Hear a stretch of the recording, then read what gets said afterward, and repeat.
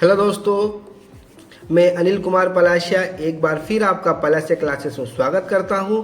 और आज हम कक्षा 10वीं का पाठ 1 सामाजिक विज्ञान संसाधन एवं विकास से महत्वपूर्ण प्रश्न उत्तर जो 2 नंबर और 3 नंबर में आपसे पूछे जाएंगे उनके बारे में विस्तार से जानकारी लेकर आया हूं, जिसमें हम 2 नंबर और 3 नंबर और 4 नंबर के क्वेश्चन को अच्छे से डिटेल वाइज देखेंगे।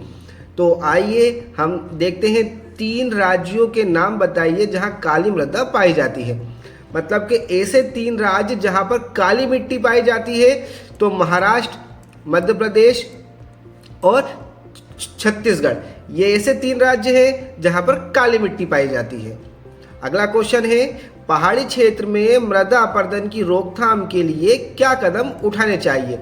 पहाड़ है और वहां पर पहाड़ी क्षेत्र में हमें मृदा अपरदन की रोकथाम के लिए कौन से कदम उठाना चाहिए। तो निम्न कदम उठाने चाहिए। समोच्च जुताई करना चाहिए, सीढ़ीदार खेती करना चाहिए और पट्टीदार खेती करना चाहिए। ठीक है, 2 नंबर में क्वेश्चन पूछा जाएगा आपसे कि पहाड़ी क्षेत्र में मृदा अपरदन को रोकने के लिए क्या करना चाहिए, कि मिट्टी वहां पर क्या होती है, धंसती जाती है धीरे धीरे।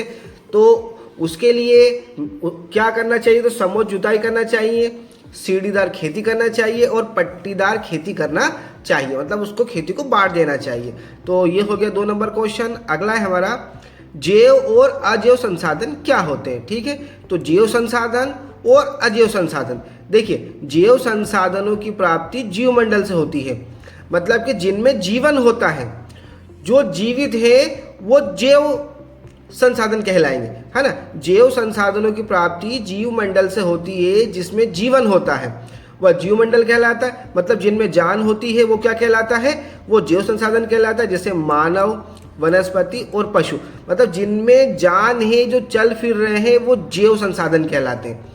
अजैव संसाधन क्या है, तो वे संसाधन जो निर्जीव होते हैं, वे संसाधन जो निर्जीव होते हैं वह अजैव संसाधन कहलाते हैं। जैसे चट्टान एवं धातु जो एक जगह रहते, स्थिर रहते हैं, जो चल फिर नहीं सकते हैं, वे क्या कहलाते हैं, वे अजैव संसाधन कहलाते हैं।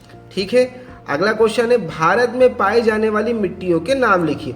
तो भारत में कितनी प्रकार की मिट्टियां पाई जाती है, जलोढ़ मिट्टी, काली या रेगड़ मिट्टी, लाल या लेटराइट मिट्टी, मरुस्थली मिट्टी और पर्वतीय मिट्टी। ठीक है, तो भारत में इतनी प्रकार की मिट्टी पाई जाती है, मतलब 5 प्रकार की मिट्टी पाई जाती है, जो जलोढ़ है, काली है, लाल है, मरुस्थली है और पर्वतीय मिट्टी है। ठीक, अगला क्वेश्चन है हमारा, मृदा अपरदन से क्या आशय है या मृदा अपरदन क्या है, समझाइए। ठीक, भूमि के कटाव या उसके बहाव की प्रक्रिया को मृदा अपरदन कहते हैं। ठीक है, तो भूमि के कटाव मतलब धीरे धीरे भूमि का कम होना। जैसे कि मान लो आप कोई वस्तु को एक जगह रखते हैं तो उस पर धीरे धीरे धूल मिट्टी जमना प्रारंभ हो जाती है। अब वो धूल मिट्टी कहाँ से आती है, वो धूल मिट्टी उड़कर आती है, तो कहीं ना कहीं से जगह को छोड़कर ही आएगी ना, तब जाकर वो दूसरी जगह पर जाएगी।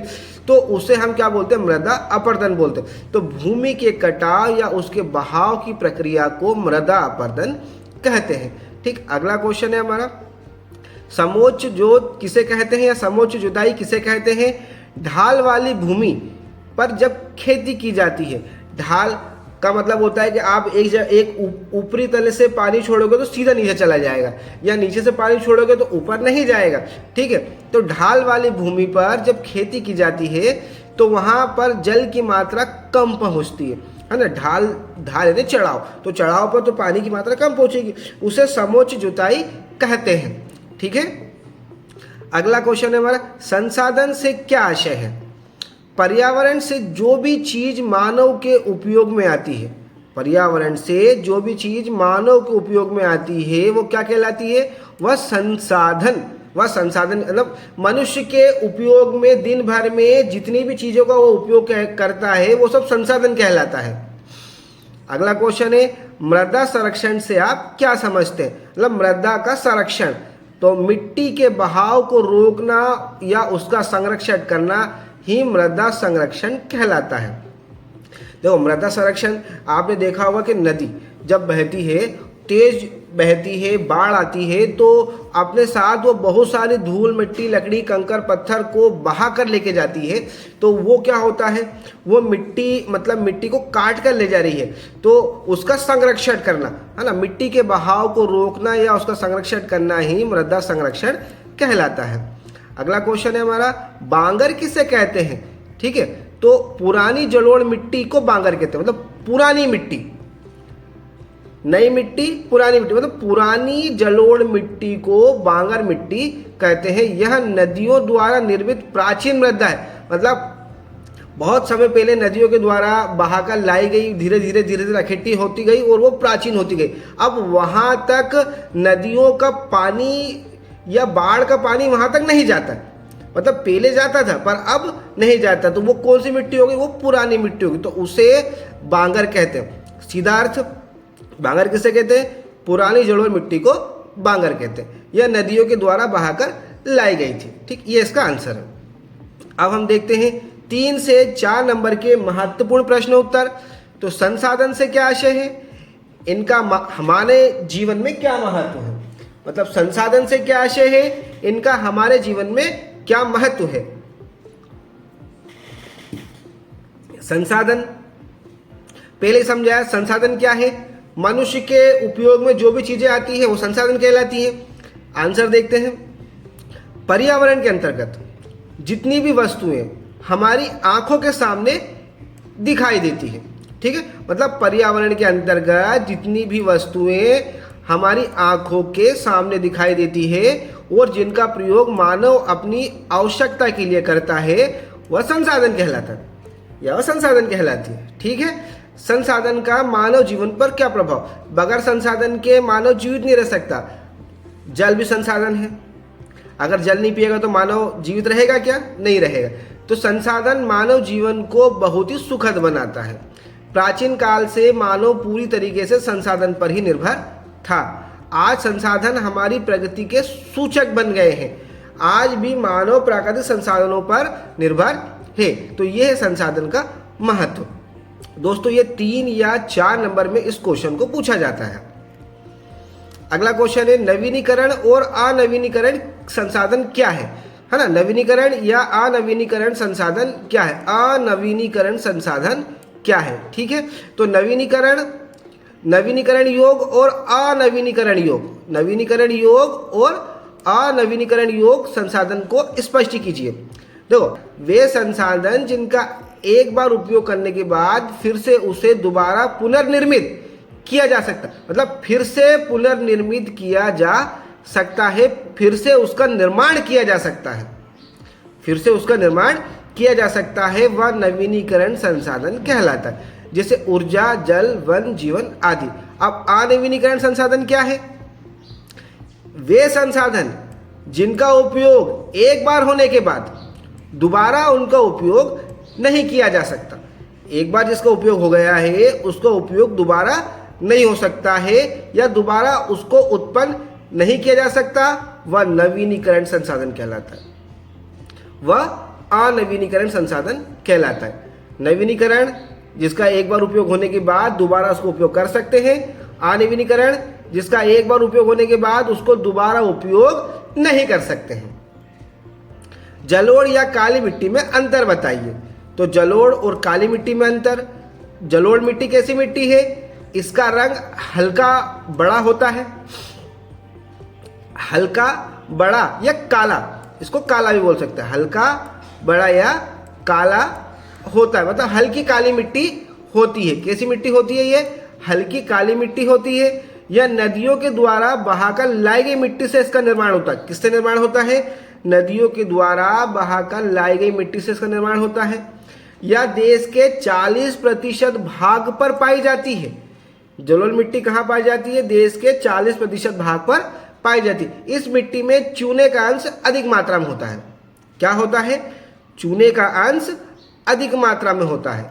काली मिट्टी, यह मिट्टी पूर्ण काले रंग की होती है, मतलब पूरे काले रंग की होती है। इस मिट्टी का निर्माण ज्वालामुखी उद्गार से होता है, मतलब ज्वालामुखी के विस्फोट से काली मिट्टी का निर्माण होता है, मतलब उसके निर्माण से होता है। यह देश की भूमि के 18.5% भाग पर पाई जाती है। संपूर्ण देश है, पूरा भारत है, उसमें 18.5% भाग पर ही पाई जाती है। इसका निर्माण लोहा एवं एल्यूमिनियम की प्रधानता से होता है। किससे होता है? लोहा और एल्यूमिनियम की प्रधानता से होता है। अगला क्वेश्चन, बांगर तथा खादर मृदाओं के बीच अंतर बताएं। मतलब बांगर मृदा क्या है और खादर मृदा क्या है, इसमें अंतर बताना है। तो देखिए, बांगर मृदा क्या है, पहले इसको देखते हैं। पुराने जालोड़ अवसादों से बांगर का निर्माण हुआ, मतलब पुरानी जलोढ़ मिट्टी से, पुरानी जलोढ़ अवसादों से बांगर का निर्माण होता है। अधिक ऊंचा होने के कारण बाढ़ का पानी नहीं पहुंच पाता। ठीक है, मट्टी जब नदी मिट्टी को बहा कर लेके आती और एक समय ऐसा आ जाता है कि वो इतनी ऊपर पहुंच जाता है, इतना ऊंचा क्षेत्र बन जाता है जहां पर बाढ़ का पानी अब वहां नहीं पहुंच पाता। तो वो मिट्टी क्या बन जाती है? वो मिट्टी बांगर बन जाती है। ठीक है, यह मिट्टी कम उपजाऊ होती है। कैसी होती है? कम उपजाऊ, मतलब ज्यादा उपजाऊ नहीं होती है। इस मिट्टी का विस्तार कहाँ है? पंजाब और उत्तर प्रदेश में इस मिट्टी का विस्तार पाया जाता है। अगला है हमारा खादर। खादर क्या है? तो बाढ़ की नवीन जलोढ़ मिट्टी से निर्मित निचले भाग को खादर कहते हैं, है ना। तो बाढ़ की नवीन जलोढ़ मिट्टी के निर्मित निचले भाग को खादर कहते हैं। यह संपूर्ण भाग पर जल का मैदान होता है, मतलब इसके अधिकतर भाग पर जल का मैदान होता है। यहाँ पर उपजाऊ जलोढ़ मिट्टी पाई जाती है, मतलब क्या पाई जाती है? उपजाऊ मिट्टी, जिसमें खेती अच्छी होती है, तो उपजाऊ जलोढ़ मिट्टी पाई जाती है। इसका विस्तार पूर्वी उत्तर प्रदेश, बिहार और झारखंड, पश्चिम बंगाल राज्यों में होता है। मतलब इसका विस्तार कहाँ कहाँ पर है? तो उत्तर प्रदेश में है, बिहार में है, झारखंड में है और पश्चिम बंगाल में है। ठीक है, अगला क्वेश्चन है हमारा, एजेंडा 21 क्या है? एजेंडा 21 क्या है? तो एजेंडा 21 एक घोषणा है। सीधी सी बात है, कुछ शॉर्टकट में बताता हूँ, फिर पढ़ के बताता हूँ। एजेंडा 21 क्या? एजेंडा 21 एक ऐसी घोषणा है जिसमें 1992 में ब्राजील के शहर रियो डी जेनेरो में एक संयुक्त राष्ट्र द्वारा, मतलब एक बैठक हुई थी, एक सम्मेलन हुआ था, जिसमें सभी देशों को यह स्वीकृति दी गई थी कि मतलब पर्यावरण में जो क्षति पहुंचाई गई है, पर्यावरण को जो नुकसान पहुंचाया गया है, अब उसको सुरक्षित करना है, अब उसको सुधार करना है, वही एजेंडा 21 है। ठीक है, पर्यावरण में जो भी क्षति पहुंची है, जो भी नुकसान पहुंचा है, उसमें सुधार करना ही एजेंडा 21 कहलाता। ठीक, अब इसको हम आंसर के अनुरूप पढ़ लेते हैं। एजेंडा 21 एक घोषणा है जिसमें 1992 में ब्राजील के शहर रियो डी जेनेरो में संयुक्त राष्ट्र पर्यावरण और विकास सम्मेलन के तत्वाधान में राष्ट्र अध्यक्षों द्वारा स्वीकृत किया गया था।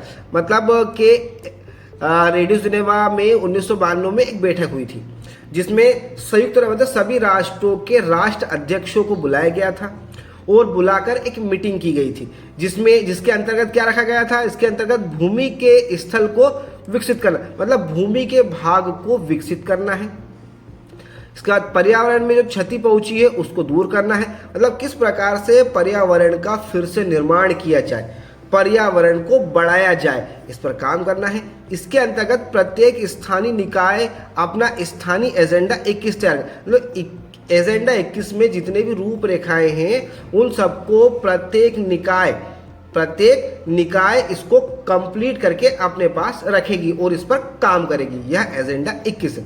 तो दोस्तों, हमने कक्षा 10वीं से सामाजिक विज्ञान का पार्ट 1 आपके सामने अति महत्वपूर्ण प्रश्न उत्तर 2 नंबर, 3 नंबर और 4 नंबर से लेकर आए हैं। अगर आपको लेख समझ में आया है, हमारे समझाने का तरीका समझ में आया है, तो आप हमें कमेंट कीजिए, लाइक कीजिए, सब्सक्राइब कीजिए और ऐसे ही वीडियो हम आपके सामने और लेकर